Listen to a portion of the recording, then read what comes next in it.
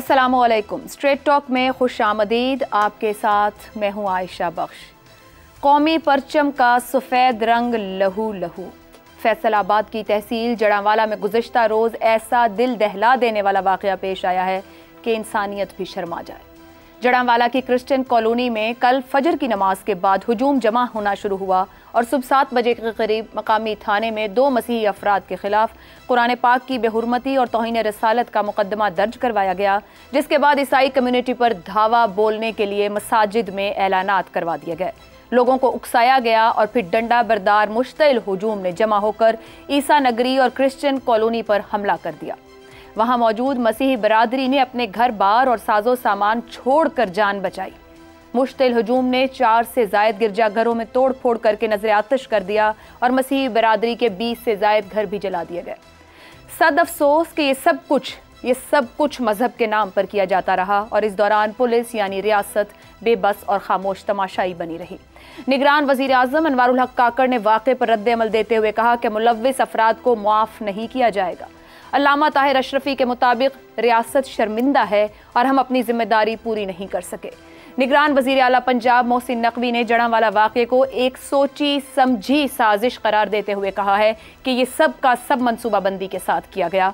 मगर यहाँ सबसे अहम सवाल यह है कि अगर ये मनसूबाबंदी और प्री प्लान्ड साजिश थी तो फिर रियासत इस साजिश को रोकने में नाकाम क्यों रही और क्यों मुश्तइल जत्थों को रोकने के लिए कबल अज़ वक्त इक़दामात नहीं किए गए। इस्लामी नजरियाती काउंसिल के चेयरमैन डॉक्टर क़िबला अय्याज़ के मुताबिक जो कुछ जड़ांवाला में हुआ उसकी मजहब, राइज मुल्की क़वानीन और हमारी माशरती अक़दार कहीं कोई जगह नहीं है। दूसरे मज़ाहिब के अफराद और इबादत गाहों पर हमले की कानून और इस्लाम में कोई गुंजाइश नहीं है। अलमिया यह है कि यह अपनी तर्ज का पहला वाक़या नहीं है। दिसंबर 2021 में सियालकोट में मुश्तइल हुजूम ने श्रीलंकन शहरी प्रांता कुमार को तौहीन मजहब का इल्ज़ाम लगाकर तशद्दुद के बाद जला दिया था। 2017 में मर्दान की अब्दुल वली खान यूनिवर्सिटी के तालिब इल्म मिशाल खान को भी तौहीन मजहब का ही इल्ज़ाम लगाकर कत्ल कर दिया गया था।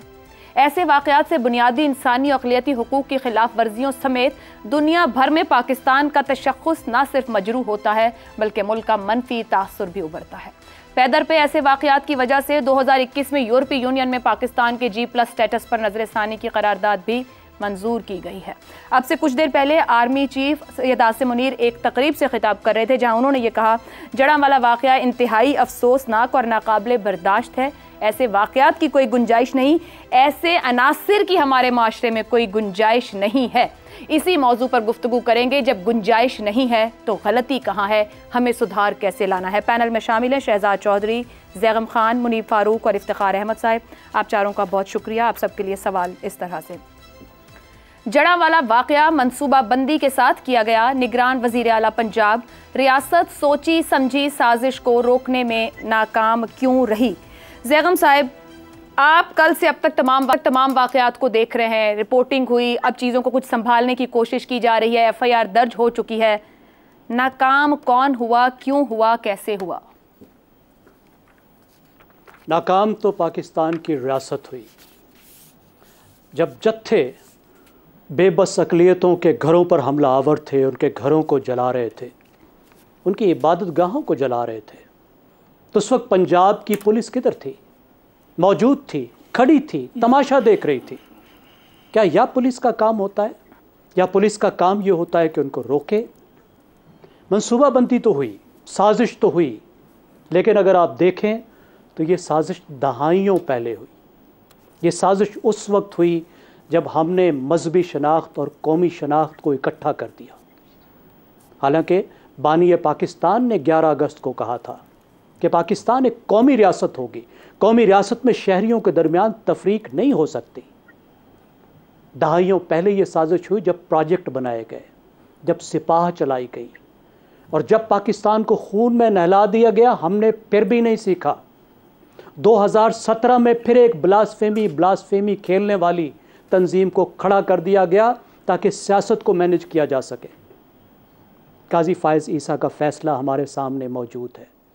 पाकिस्तान का आईन कहता है कि रियासत अक़लियतों के हकूक़ का तहफ़्फ़ुज़ करेगी। पाकिस्तान का आईन कहता है कि रियासत मजहबी आज़ादियों को यकीनी बनाएगी। लेकिन होता क्या है, आपने छोटे छोटे वाक़यात गिनवाए जो बहुत अहम हैं, लेकिन अगर आप बड़े बड़े इस जैसे वाक़यात देखें वो भी कम नहीं है। 1997 में शांति नगर का वाक़या हुआ खानेवाल में, 2009 में गोजरा में ऐसा वाक़या हुआ, 2013 में जोसेफ कॉलोनी में लाहौर में ऐसा वाक़या हुआ, और अभी ये यहाँ पे वाक़या हो गया। अब हल इसका जो ये मसला है उसका हल कि रियासत को अब स्टेप बैक करना होगा। पिछले दिनों बहुत सी पॉजिटिव चीज़ें की गई, बहुत सी पॉजिटिव काम किए गए। मिसाल के तौर पर पाकिस्तान की अक़लियतों को जॉब में कोटा दिया गया 5%, 3% कोटा दिया गया उनको आला तालीम में।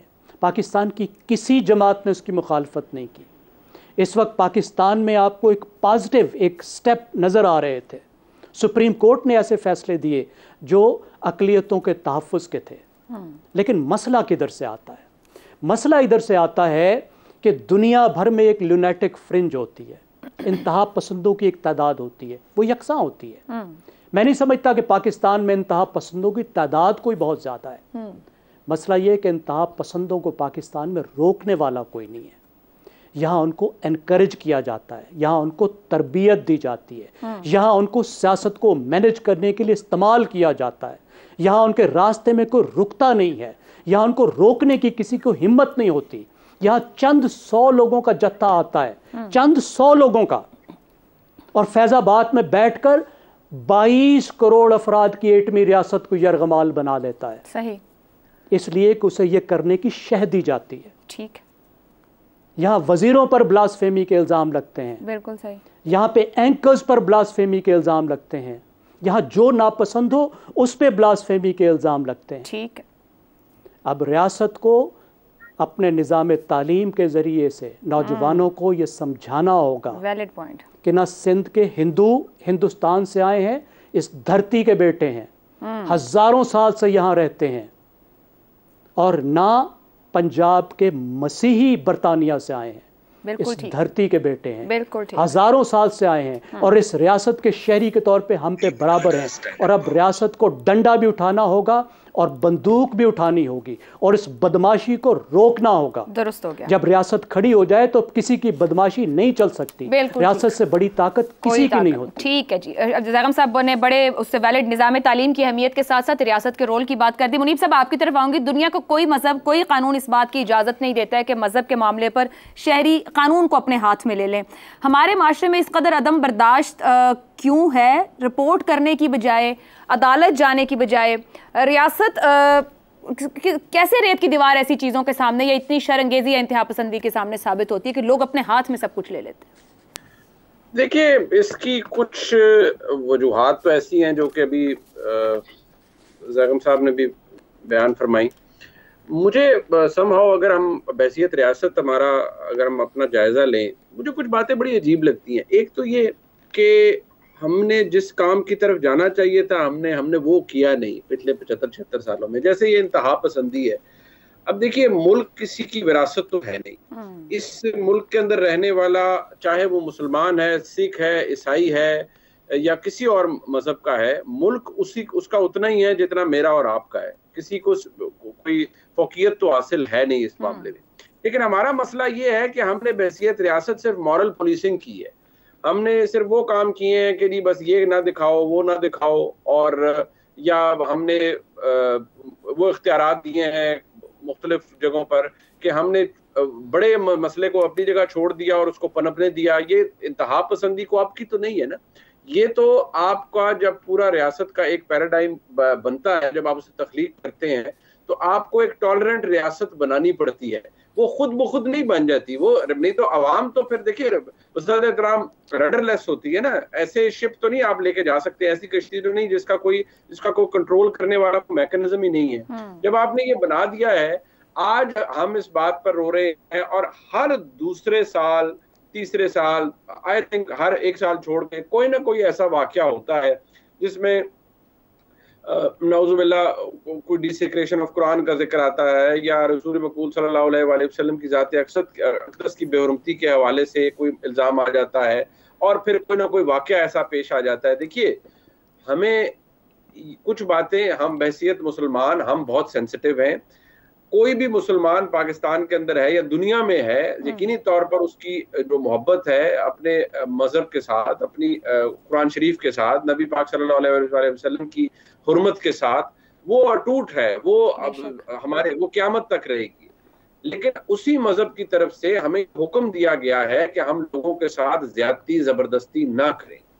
हमने जो यहाँ पर ये जो चर्च में हुआ है, क्या ये पहला वाकया था? वो शख्स जिसने लोगों को उकसाया, अब या तो रियासत उसको एक निशाने इबरत बनाए, और डंडा पकड़ने की बात अभी जैगम साहब ने फरमाई, देखिए डंडा हमें बहुत पहले पकड़ लेना चाहिए था और बहुत सी चीजों पर पकड़ना चाहिए था। मसला ये है कि हम एक कंफ्यूज्ड मुल्क भी रहे, कंफ्यूज्ड रियासत रहे, और हमारा पूरा बयानिया ही बड़ा कंफ्यूज्ड रहा है। हमें जब मतलब था तो हमने इंतहा पसंदों को अपने मतलब के लिए इस्तेमाल किया, क्योंकि वो सियासी तौर पर हमें फायदा दे सकते थे। हमें जब मतलब था तो हमने तालिबान के साथ नेगोशिएट करने के लिए बहुत कुछ किया, क्योंकि हम उससे कोई ना कोई फायदा हासिल करना चाहते थे। देखिए, जब आपने मुल्क को आगे चलाना है तो मैं सिर्फ यही कहूंगा कि आपको इस तरह की बीमारियों को, इस तरह के कैंसर को आपके पूरे जिस्म में वो सरायत कर जाए और आपको अपाहिज बना दे, आपको इसको सिरे से खत्म करना पड़ेगा। इस मुल्क के अंदर जब तक आप मजहबी इंतहा पसंदी, फिरका वारियत और जो मजहब के बेस पर लोगों को परसिक्यूट कराना, फोर्स कन्वर्जन्स करवाना, जब तक इनके खिलाफ सख्त सजाएं लोगों को नहीं दी जाएंगी, ये सिलसिला कभी नहीं रुकेगा। अगर आप दुनिया के अंदर एक टॉलरेंट और एक प्रोग्रेसिव मुल्क बनना है तो आपको ये करना पड़ेगा। और मैं बात पूरे ईमान से कर रहा हूं कि अल्हम्दुलिल्लाह पाकिस्तान के अंदर ना ही मजहब इस्लाम को कोई खतरा है, ना ही कुरान शरीफ की हुर्मत को कोई खतरा है, हमारे रसूल अकरम सल्लल्लाहु अलैहि वसल्लम की ज़ात अक़दस या उसकी हुर्मत पर कोई खुदा न खास्ता आँच आ सकती है। ये कभी नहीं हो सकता।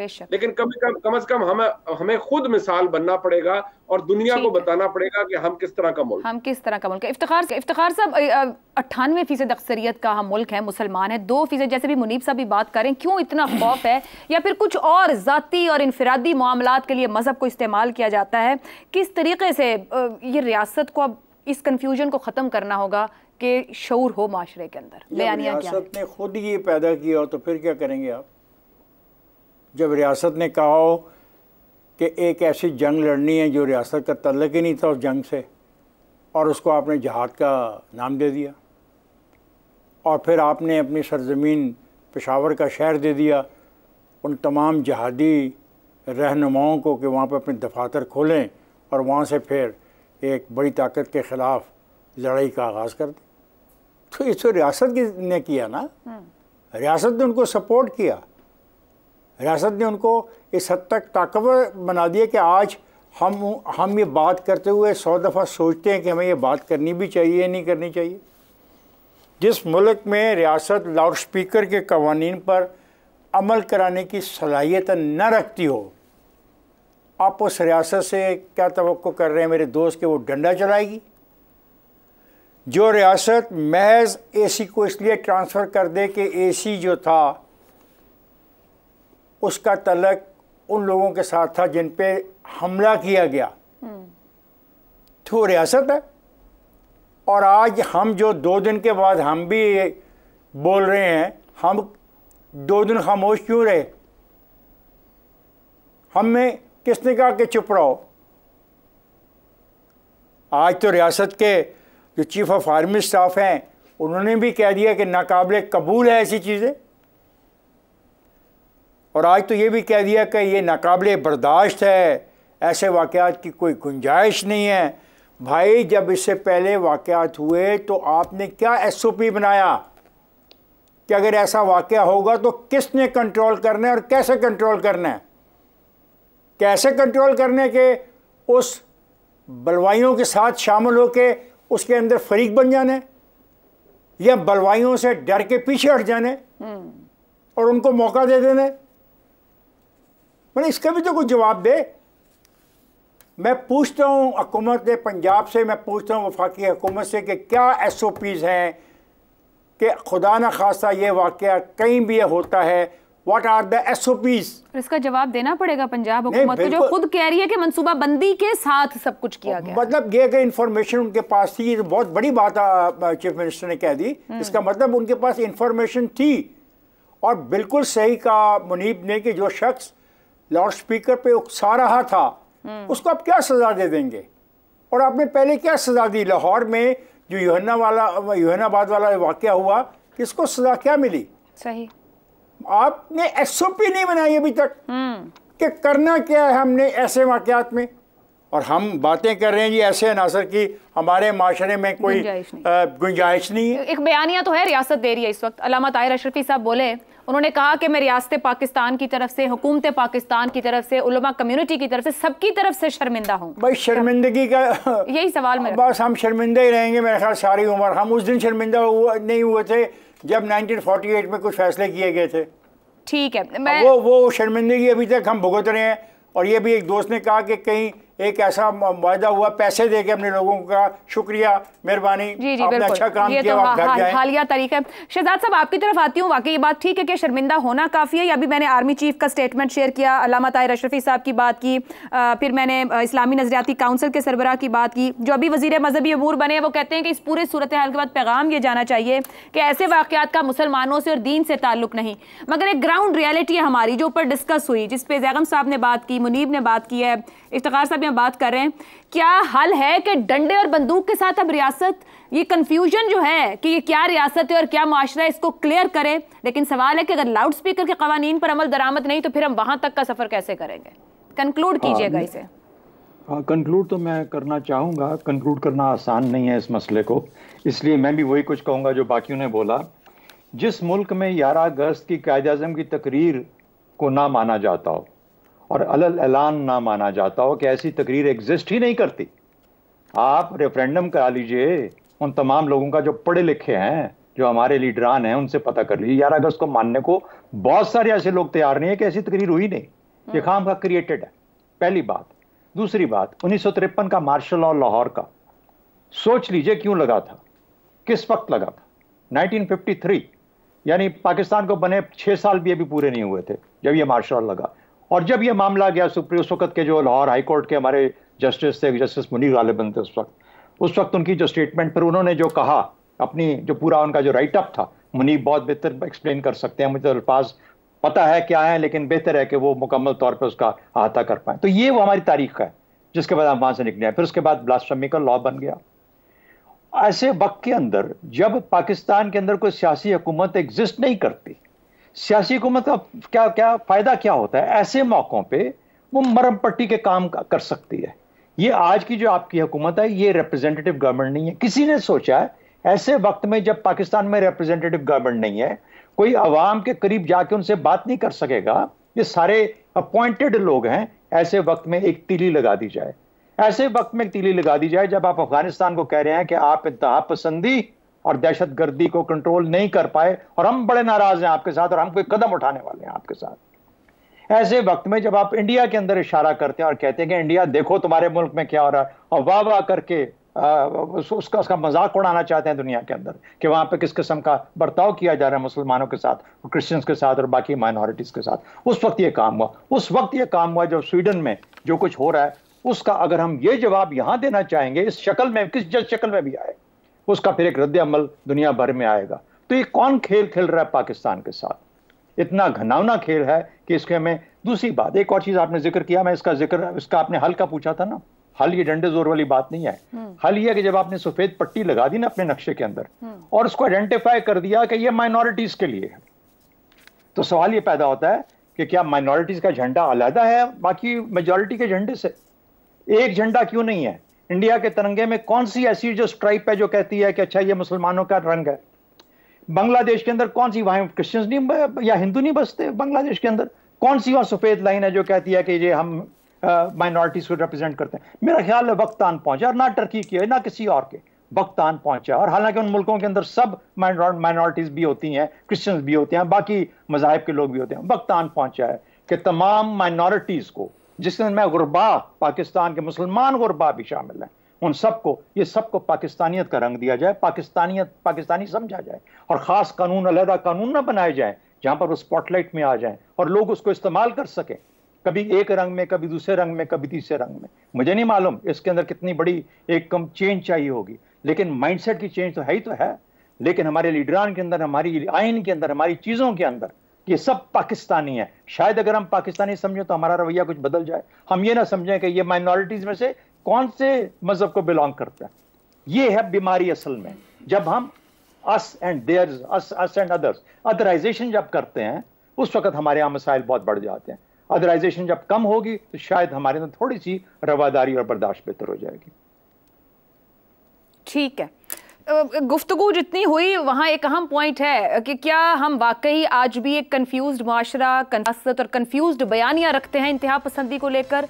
माशरा, मुल्क सब के लिए है और आज तो सियासी, अस्करी, उलमाए कराम हर जानिब से क्रॉस द सोसाइटी कल से ये आवाज़ उठ रही है कि शर्मिंदगी से सर झुक गए हैं जो कुछ हुआ है। और ये हकीकत है कि उकसाने वालों और इस मामले को आग लगाने वालों को अगर इबरतनाक सजाएं ना दी गई तो माशरे के अंदर ये रवायत नहीं बनेगी कि अगर आप गलत कर रहे हैं तो आप सज़ा के हकदार हैं और जस्टिफिकेशंस निकलते रहेंगे। यहाँ रियासत को सोचना होगा कि जो कंफ्यूज्ड माइंडसेट है इसे ख़त्म करना है। एक ब्रेक लेनी है, ब्रेक से वापस आएंगे तो बात करेंगे उस साइफर की जो अब तक गुमशुदा है।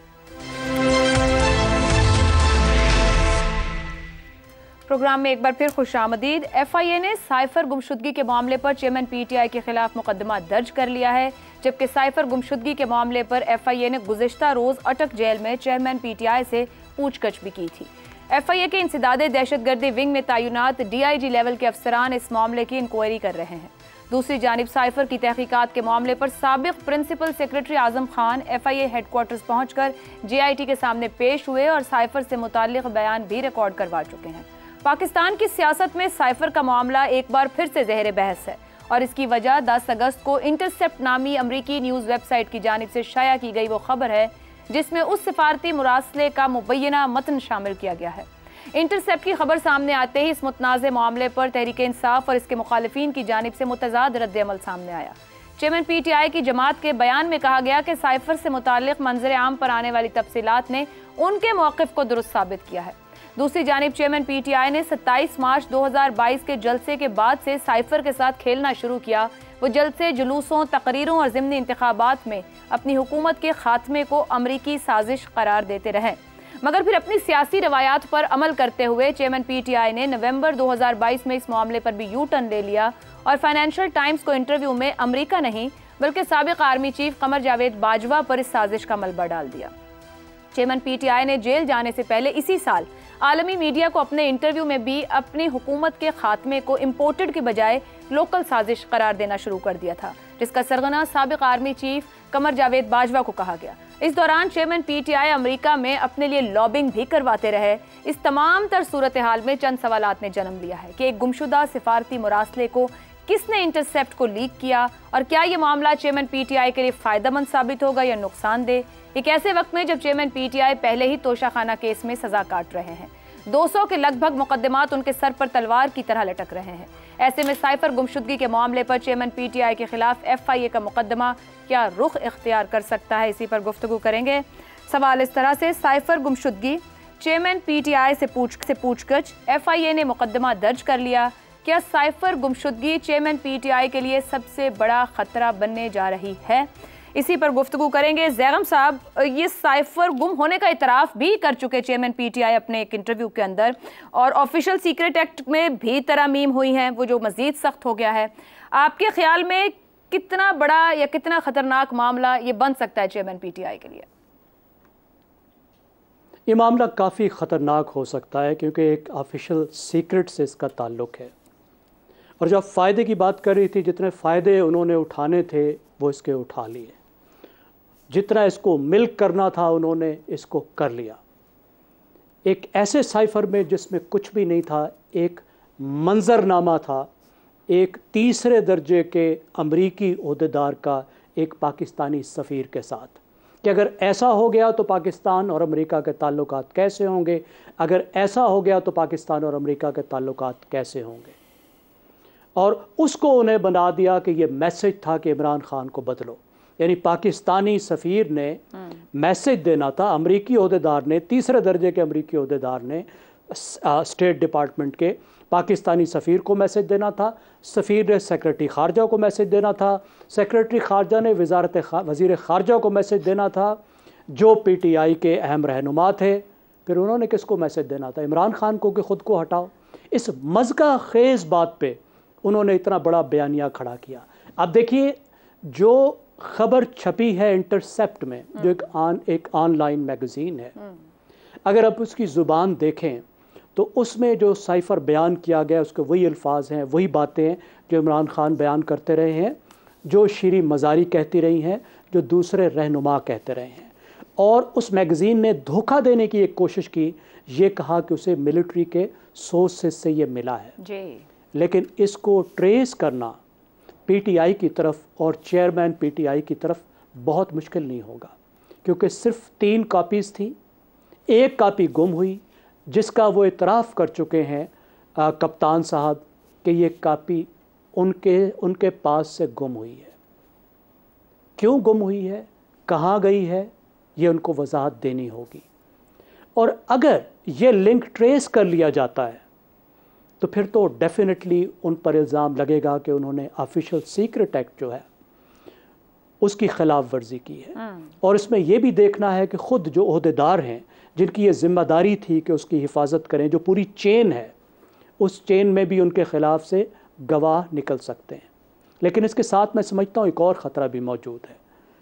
मुझे मालूम नहीं इस केस में उसको शामिल किया गया या नहीं, या उसको एक अलग केस में डाला जा सकता है, क्योंकि इस बयानिए में उन्होंने मुसलसल पाकिस्तान की फ़ौज पर इल्ज़ाम लगाया कि वो एक गैर मुल्की ताकत से साजबाज कर रही है जी। अमेरिका से साजबाज कर रही है। उन्होंने पाकिस्तानी फ़ौज पर इल्ज़ाम लगाया कि वो हाई ट्रीज़न में मुलव्वस है और उसने वज़ीर आज़म का गैर कानूनी तौर पर बग़ैर मार्शल लॉ के तख्ता उल्टा है। उन्होंने पाकिस्तान की नई आने वाली हुकूमत पर इल्ज़ाम लगाया कि वह गैर मुल्की ताकत की मदद से पाकिस्तान में हुकूमत में आई है। मेरे ख़्याल में तो ये तमाम इल्ज़ामात भी जराइम के लेवल के हैं। तो मुश्किलात की उनके लिए अभी इब्तदा हुई है और बहुत से केसेस उनके पास ऐसे हैं जो उनके लिए ख़तरनाक साबित हो सकते हैं। ठीक है शहजाद साहब, गुमशुदा सिफारती मुरासला, इनकी अहमियत कितनी होती है, आप हमें कुछ इस पर भी बताइएगा। जब वो एक वेबसाइट लीक कर रही हो, जिस तरह ज़ैगम साहब भी कह रहे हैं और ये सब लोगों ने इसको देखा कि कमोबेश जो कुछ वो कह और बता रहे थे, अब जो वेबसाइट दे रही है मिलती जुलती चीज़ें, किसने लीक किया? 2 अलग अलग आ रहा है, PTI के सोर्सेज या फिर रियासती ज़राए, क्योंकि एक इंटरसेप्ट की स्टोरी भी कह रही है बात। मामला कितना ख़तरनाक, कितना डैमेजिंग खुद चेयरमैन PTI और जमात के लिए हो सकता है? अच्छा देखिए, एक तो ये चाय की प्याली में तूफान पहले दिन से जो लोग नहीं समझते साइफर को या नहीं जानते क्या है, साइफर एक केबल है, टेलीग्राम है, ये केबल है, टेलीग्राम है, जो जिस वक्त उस तरीके से या प्लेन लैंग्वेज में भेजी जाएगी या साइफर में करके भेजी जाएगी। ये वाला जो मामला था ये साइफर की शक्ल में आया। साइफर से मुराद ये होती है ऐसे कोड वर्ड्स जो कि जब आप रिसीव करते हैं तो अल्फाज का रूप धार लेते हैं। तो ये फर्क है, जिस तरीके से 1 और 0 के अंदर आप व्हाट्सएप के मैसेजेस भेजते हैं जो बीच में कोई नहीं देख सकता। तो ये है बेसिकली साइफर की कहानी। अच्छा, नंबर 1। नंबर 2 ये कि कोई उसके अंदर ऐसी चीज थी नहीं। हाँ, चूंकि सफीर पाकिस्तान की तरफ से वज़ीर ख़ारजा पाकिस्तान को आ रहा है तो उसको उस शक्ल में होना चाहिए था। दूसरी बात यह है कि इसकी कम अज कम 6 और उससे ज्यादा कॉपियां बनती हैं। जब भी साइफर आता है उसकी इतनी कॉपियां बनती हैं प्रिंटेड शक्ल के अंदर, और उन 6 या 8 अशखास को फौरन भेज दिया जाता है। वो सुबह जब उठते हैं तो अपनी मेल के अंदर या बंद लिफाफे के अंदर से निकाल के सीक्रेट लिखा होगा, टॉप सीक्रेट लिखा होगा, वो खोल के देख लें। हाँ, जब सीक्रेट और टॉप सीक्रेट होगा तो उसका कॉरेस्पॉन्डेंस को हैंडलिंग का एक खास तरीका होता है, हर दफ्तर जानता है। लेकिन बदकिस्मती हमारे मुल्क की और हमारे निज़ाम की, मुल्क से मुराद ये हमारे लोग जो दफ्तरों में काम करते हैं और दफ्तरी डिसिप्लिन को नहीं इतना समझते, ऐसी चीज़ों की कॉपियां भी हो जाया करती हैं और हो जाती हैं। खास तौर पे जब आपको ये पता हो कि मेरी तो हुकूमत जाने वाली है और ये जिसके साथ मैं खेल रहा हूँ मुझे इसके साथ अभी और खेलना है, तो उसकी अगर मैं 2-3 कॉपियां करके बांट दूं कि अच्छा ये तुम रख लो जेब में, ये तुम रख लो, ये तुम रख लो, जिस तरीके से कभी स्पीकर के पास, कभी डिप्टी स्पीकर के पास, कभी जज के पास, कभी प्रेसिडेंट के पास, जिसमें फैलाई जा रही थी, तो फिर कहीं से भी निकल सकती है। फिर इसमें अचंभे की क्या बात है। हाँ, अगर आपका सवाल चूंकि इससे ताल्लुक रखता है, हाँ, अगर आप आइडेंटिफाई कर लें कि ये वो कॉपी है जो इमरान खान के पास थी और वो गुमी, क्योंकि हर 6 कॉपियां बनेंगी तो उन पर नंबर्स होंगे, उसके ऊपर नंबरिंग की जाती है ताकि रिकॉर्ड में रहे कि ये कॉपी नंबर किसके पास गया। जब अगर वो कॉपी नंबर जो कि लीक हुआ है अगर वो मिल जाता है और उसके साथ मुमासलत है जो कि इमरान खान के पास है, तो फिर इमरान खान उसके मोरद इल्जाम ठहराए जाएंगे। वरना ना उस साइफर में कोई चीज एग्जिस्ट करती है, कोई ऐसी सब्सटैंटिव जिससे कि पाकिस्तान की रियासत को खतरा हो, ना पाकिस्तान की हुकूमत को कोई बदलने का खुदा न खास्ता खतरा था, ना खतरा हो सकता था। वोट ऑफ नो कॉन्फिडेंस अक्टूबर नवंबर से शुरू हुआ था, बल्कि उससे भी पहले। तो खुद अपने इंटरव्यू में वो कह चुके हैं कि उनको तो जुलाई से पता था, जुलाई 21 से। तो वोट ऑफ नो कॉन्फिडेंस तो आ ही रहा था। तो कोई भी सफीर, कोई भी जो डिप्लोमेट है किसी भी मुल्क में बैठा, मैं अपने दोस्तों से पता करता हूं जो सफारतकारी कर चुके हैं, क्योंकि मैं भी कर चुका हूं, मुझे पता। मैंने कहा हम कितनी मरतबा जाके होस्ट गवर्नमेंट जिसके हम मेहमान होते हैं, जहां पे ठहरे होते हैं, वहां पे उनके वज़रा से और उनके सदूर से और वज़राए आज़म से जाके गुफ्तगू में क्या क्या बातें कर जाते हैं। और खास तौर पर अगर आपका मुल्क थोड़ा सा जरा हावी है किसी भी तरीके से थोड़ा बहुत, तो आप थोड़ी और ढील ले जाते हैं। आप ये भी कह देते हैं कि मेरे ख्याल में आपको ऐसा नहीं करना चाहिए। वो कह सकता है कि ये आप कौन होते हैं हमारे मुल्क के अंदरूनी, लेकिन आप एक दोस्ताना तरीके से बात करते हैं। शायद सफीर पाकिस्तान जो आप रिटायर हो गए, बड़े काबिल और वो लोग हैं, लेकिन शायद उनको क्लैरिफाई करना चाहिए। कुछ चीजें सुनने के लिए होती हैं, आगे कहने के लिए नहीं होती हैं, क्योंकि कहीं भी इसी तरीके से जाती हैं। शायद उनकी गपशप और दोस्ती इस लेवल की थी कि कहने वाला ये बात कह सकता था। Irresponsible for Donald Lu to say that, and probably should have been little more cautious जबकि उसको आगे कन्वे किया गया, क्योंकि उसको इस तरीके से फिर खेला गया और गलत मतलब निकाला गया। पाकिस्तान और अमेरिका के तल्लुकात के अंदर एक खदशा बल्कि एक खिलाफ पैदा हुआ काफी देर तक, जिसको भरने में वक्त लगा। बिल्कुल दुरुस्त, बिल्कुल दुरुस्त। एक ब्रेक पे जाना है। ज़ैगम साहब कह रहे थे कि सियासी फायदे ले लिए गए, मिल्किंग कर ली गई। अब तो FIA ने पर्चा दर्ज कर लिया है और ऑफिशियल सीक्रेट एक्ट के नीचे क्या मामला आगे जाएंगे, तो फिर क्या बनेगा? मजीद गुफ्तगू इस ब्रेक के बाद। साइफर गुमशुदगी चेयरमैन PTI से पूछकर FIA ने मुकदमा दर्ज कर लिया। क्या साइफर गुमशुदगी चेयरमैन PTI के लिए बड़ा खतरा बनने जा रही है? किस किस्म के चैलेंजेस हो सकते हैं? इफ्तिखार साहब, साइफर की तलाश है और खुद चेयरमैन PTI तस्लीम कर चुके। भी गुफ्तगू हुई है कि उनसे खो गया और गुम गया है।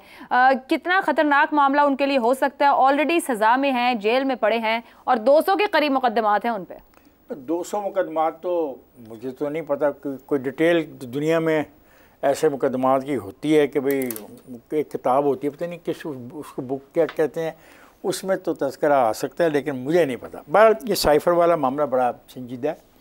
अभी जितनी गुफ्तगू हुई उससे मुझे एक बात की समझ आई कि इस ऑफिशियल सीक्रेट एक्ट की वायलेशन करने में स्पीकर साहब भी शामिल हो सकते हैं, सदर साहब भी शामिल हो सकते हैं, सूरी साहब भी शामिल हो सकते हैं, और जो ये मिनिस्टर है फॉरेन मिनिस्टर जो थे शाह महमूद कुरैशी साहब, वो भी भाई वो एक से गुमा है ना, लेकिन अभी हमें पता लगा कि 8 कॉपियाँ होती हैं। तो भाई बेचारे उस अकेले को क्यों पकड़ रहे हो? 8 के 8 को पकड़ के इकट्ठा बंद कर दो। उन्होंने कहा वो कॉपियां करा सकते हैं, मतलब जिसके पास गया, जैसे आजम खान का स्टेटमेंट है, उन्होंने कहा मैंने जब अगले दिन के तीसरे दिन पूछा वापस कर दें कि वो जमा करानी, तो उन्होंने कहा वो तो गुम गया कहीं। तो खुद भी बताया सर गुम गया है, एक से गुमा ना। और ये जो पता नहीं कोई आप किसी अखबार का या वेब पेज का नाम ले रहे थे, अब उसने जो तासर दिया है कि फौजी कोई रेफरेंस है, तो ये और साजिश है। ये साजिश साइफर की साजिश से ज़्यादा खौफनाक साजिश है कि आज एक उस मौके पे जबकि ट्रायल हो रहा है मुख्तलिफ मुकदमात का, पाकिस्तान के अंदर एक नई फ़िज़ा जन्म ले रही है, उस मौके पर इसको किसी ऐसे ऑनलाइन किस्म के वेब पेज पे डालना और उसमें तासर देना कि ये कॉपी उनको फ़ौज से मिली है, ये ज़्यादा ख़तरनाक है। उसके ख़िलाफ़ भी एक्शन लेना चाहिए जिसने ये तासर दिया है और जिसको भी कॉपी मिली है। देखें, आप जब तफ्तीश करना चाह रहे हैं, मुकदमा आपने दर्ज करी, तो फिर सारों को पूछे ना। एक आदमी से आप क्या पूछने का फैसला आपने किया हुआ है, बाकियों को भी पूछे। मुमकिन है सारे ही इस खेल में शामिल हों। फिर सर वजीर आजम हल्फ उठाते हैं और वो एक इस तरह ऑफिशियल डॉक्यूमेंट को जो इंतहाई अहम है उनके पास आया है, रिस्पॉन्सिबल तो वही है। फिर तो रिस्पॉन्सिबल वो है, तो वो तो इतना रिस्पॉन्सिबल था, ये तो फौज को पता नहीं था पहले जब उसको ये पावर दी जा रही थी, वो कितना रिस्पॉन्सिबल है। नहीं, अजीब किस्म की बातें हम कर रहे हैं। एक आदमी के बारे में लाने वालों को पता था वो इंतहाई गैर जिम्मेदार आदमी है, ये पता था उनको, और अब आप सिर्फ उसी पे कह रहे हैं। मैं कह रहा हूँ इसकी कॉपियाँ जितनी बताई गई हैं, कॉपियाँ तकसीम हुई हैं, सारों को पकड़ो, तफ्तीश ही करने को कह रहा हूँ। सारों को नहीं ना, वजीर आजम की कॉपी गुमी ना, बाकियों की कॉपियाँ तो वो जमा करें। चलिए बाकी अपनी कॉपियाँ जमा करा दें। चले मेरी इत्तला के लिए, कौम की इत्तला के लिए बाकायदा तौर पर जाके जमा करवा दें कि जनाब ये कॉपियाँ वापस हम कर रहे हैं। बात खत्म हो जाती है। इफ्तिखार साहब आप गुफ्तगू किधर लेके जाए? शहजाद साहब ये क्लियर कीजिएगा जरा कि जो ऑफिशियल डॉक्यूमेंट्स जिन ऑफिसेज में जाने थे वहीं थे, सिर्फ प्राइम मिनिस्टर वाला डॉक्यूमेंट जो है वो नहीं मिला। और आपकी राय में कि कोई अगर किसी को उसको यूटिलाइज करना था, जैसे ऊपर जैगम साहब ने बात की कि उसको यूटिलाइज करने के लिए तो कोई कॉपी करा लेगा अपने पास, तो उसकी कोई गिनती तो नहीं होगी ना, पता चल पाएगा वो किधर गई और कितनी हुई। नहीं देखें, ये जो कॉपी नंबर्ड होते हैं ना, copy number documents, copy number documents का तो रिकॉर्ड हर दफ्तर में मौजूद होता है जिनके पास ही रिसीव होता है। और फिर उसको हैंडल करने का तरीका, ये तो सेफों के अंदर बंद होते हैं, अगर उनको बंद रखना मकसूद हो तो उस तरह करना हो। लेकिन जैसा मैंने कहा कि अगर कोई ये बोले कि अच्छा इसकी कॉपी कर लो, नंबर ऊपर कुछ ना आए और कुछ ना आए, सिर्फ मतन आ जाए ना, बाकी कोई रेफरेंसेस ना हो, तो फिर आप उसका क्या कर सकते हैं? अच्छा, और देखिए ये चूंकि ये माहौल ऐसा था कि जिसके अंदर इस तरह की चीज कही गई कि हाँ खेलेंगे, तो खेलने के बाद आप किस लेवल तक खेलना चाहते हैं और किस किस के थ्रू खेलना चाहते हैं, ये भी फिर एक बड़ा सवाल पैदा हो जाता है। मेरा ख्याल है कि ये सवाल इफ्तिखार साहब का बड़ा बिल्कुल वाज़ेह है और होता है ऐसे ही इफ्तिखार साहब कि जब भी कोई डॉक्यूमेंट मिस होता है तो सबसे पहले उसका नंबर इकट्ठा किया जाता है कि यार जहां जहां भेजा था पहले उनसे चेक कर लो, वो आपको या वापस कर देते हैं या वापस भिजवा देते हैं या उसको डिस्पोज ऑफ कर दिया जाता है। तो बिल्कुल आप सही कह रहे हैं, लेकिन इस तरह आसानी से पता लग जाएगा कि गया किधर। लेकिन ये जो डॉक्यूमेंट था 4-5 जगहों पे गया, यानी एक ही लेटर 4 बंदों ने हैंडल किया, एक ही कॉपी नंबर डॉक्यूमेंट। वो किसने स्पीकर को दिया, किसने डिप्टी स्पीकर को दिया? वैसे तो आमतौर पर उनके पास नहीं जाना चाहिए, ना ही चीफ जस्टिस के पास जाना चाहिए, प्रेसिडेंट के पास जाता है जरूर। तो सर उनसे हलफ ले लेना, उनसे हलफ ले लें कि उन तक पहुंचा। हलफ नहीं, वो तो ऑलरेडी कॉपी नंबर होता है, वो तो पक्की बात है कि उन्होंने उसको प्रोड्यूस करना है, उनकी जिम्मेदारी है। हाँ, ये मैं ये कह रहा हूँ, मेरा मुतालबा यही है, एक आदमी को जाके तंग ना करें, उनको भी कहें भाई एक आदमी को तंग ना करें। लेकिन सवाल हमारा यही था, वो जो खेलेगा से काम शुरू हुआ था वो कितना फायदे में जाएगा और कितना जो मामला थोड़ा बैक बर्नर पे चला गया था, मगर ये इंटरसेप्ट के मामले के बाद FIA इसकी पूरी की पूरी इस वक्त तफ्तीश कर रही है कि आखिर ये क्यों खेला गया और आगे कहाँ तक खेला जाएगा। आज के प्रोग्राम से इतना ही, इजाजत दीजिए, अल्लाह हाफ़िज़।